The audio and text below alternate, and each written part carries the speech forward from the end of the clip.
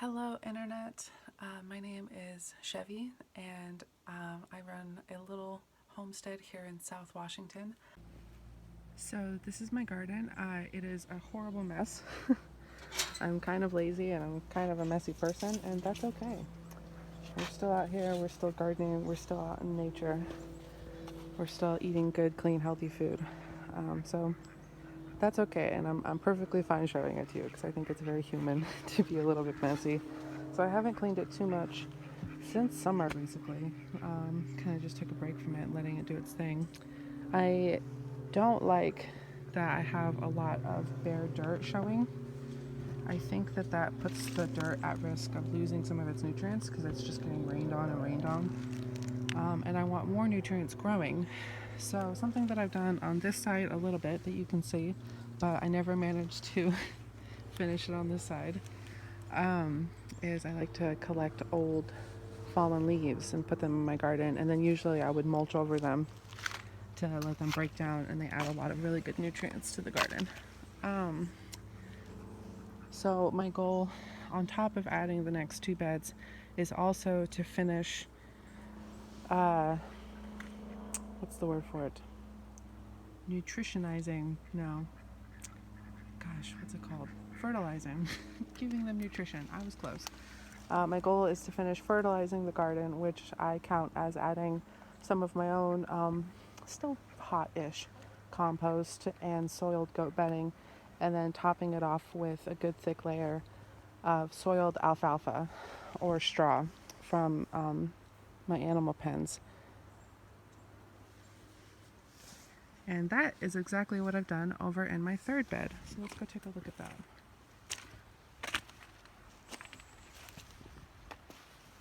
Almost all of my animals free range, so I have to fence out my animals.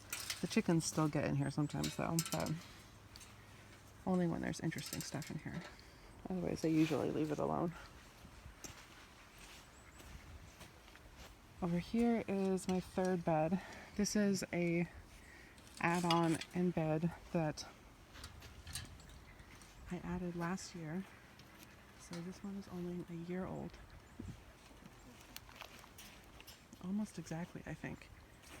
And it looked much worse than this like 2 days ago. So what I've done so far, because the grass was starting to overtake it and it didn't look so much like a garden bed anymore.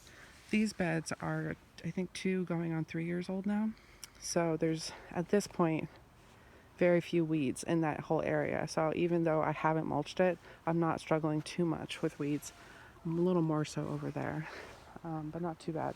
This is, still has a lot of grass seeds in it that I'm constantly battling. But eventually, as I keep adding layers and layers and layers and killing out that grass and pulling up that grass and those weeds, it'll just go away until it looks closer to that. With very little effort, I'll have no weeds. So right now, what I've added most recently is I want to put on my gloves. I'm going to split this up because I don't want to touch that. It looks cold. I'm not touching that with my bare hands. So what I have here, and I don't feel bad about disturbing this because I just added this, I think yesterday or the day before. So no layers have really cemented or formed up here. But what I have here is I have some good soil that I built up last year underneath. I had some grass that was starting to form.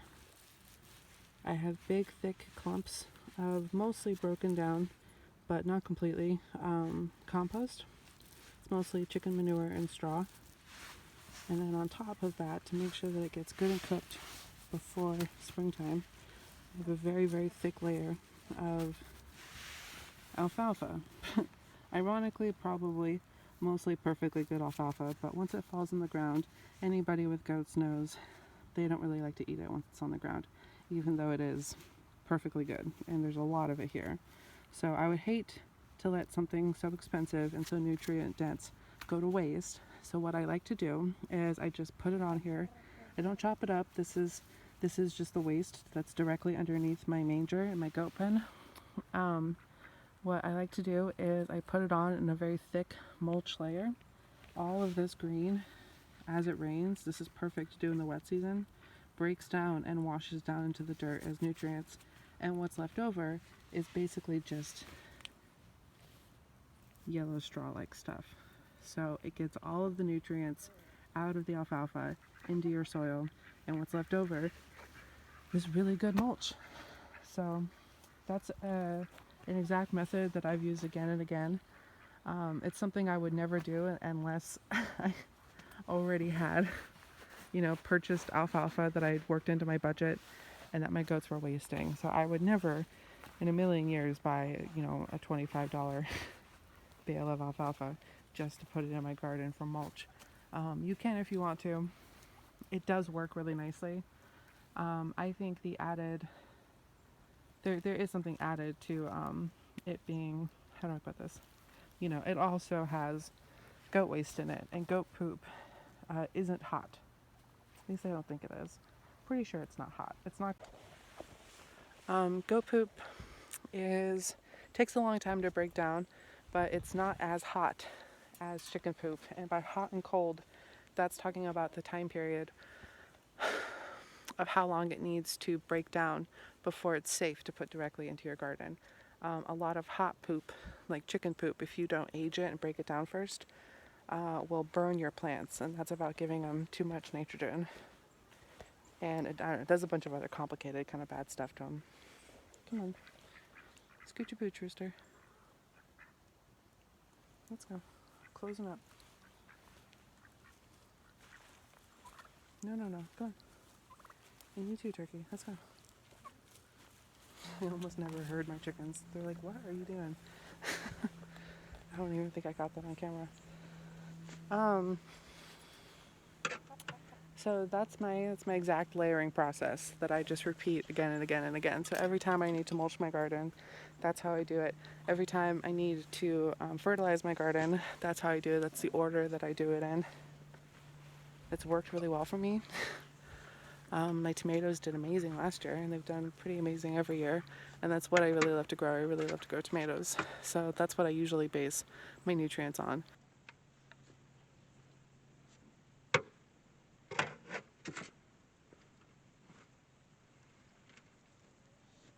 Your face is all muddy, girl.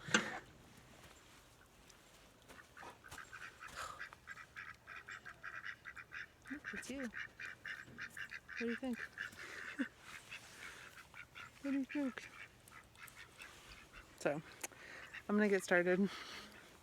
What I'm gonna do today is, thank you, lay out the cardboard and dig up any of the big weeds. So we get these like big bog grass clumps. I'm not sure what they are, but they're big, and there's a lot of them, and you don't want them anywhere near your garden because they'll push out everything. But they're pretty shallow in their roots, and they're pretty easy to dig up. So I'm just going to dig up all the ones that are in my garden area that I'm going to block off, and then I'm going to lay down some cardboard and see how I'm doing from there.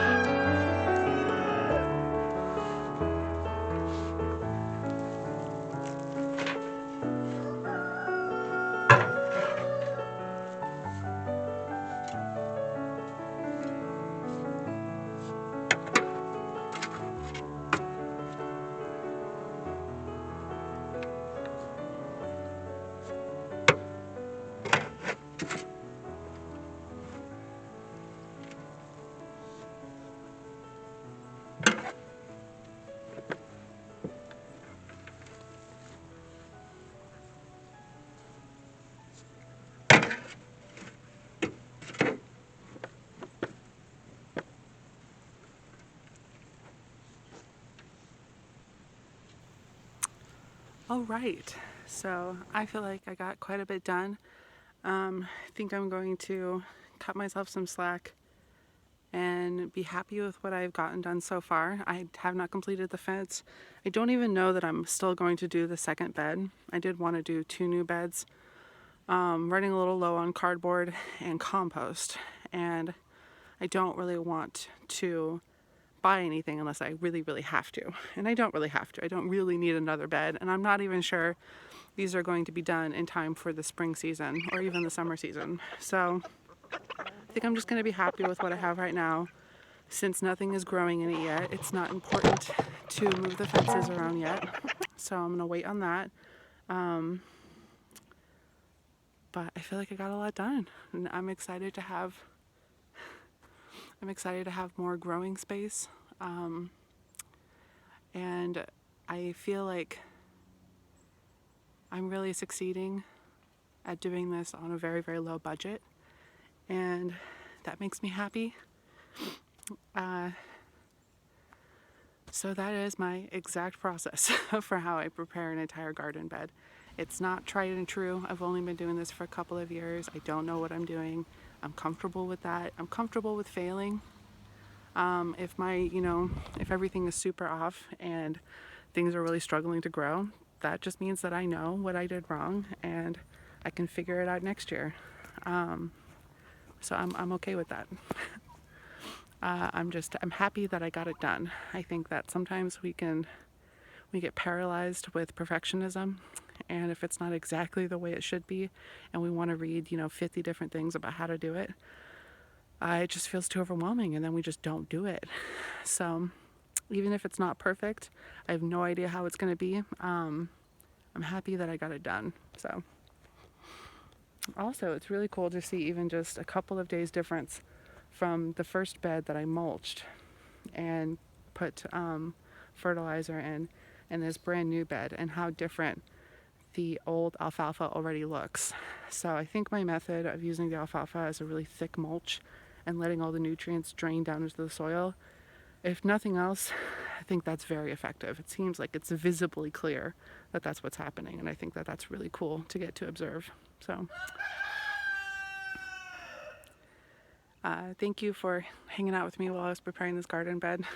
I feel like this is a very realistic portrayal of my goals versus my outcomes, and I think that's completely okay. I think it's more than okay, because I'm out here and I'm doing it. And at the end of the day, that's what matters. So happy to be out here, and thank you for being with me.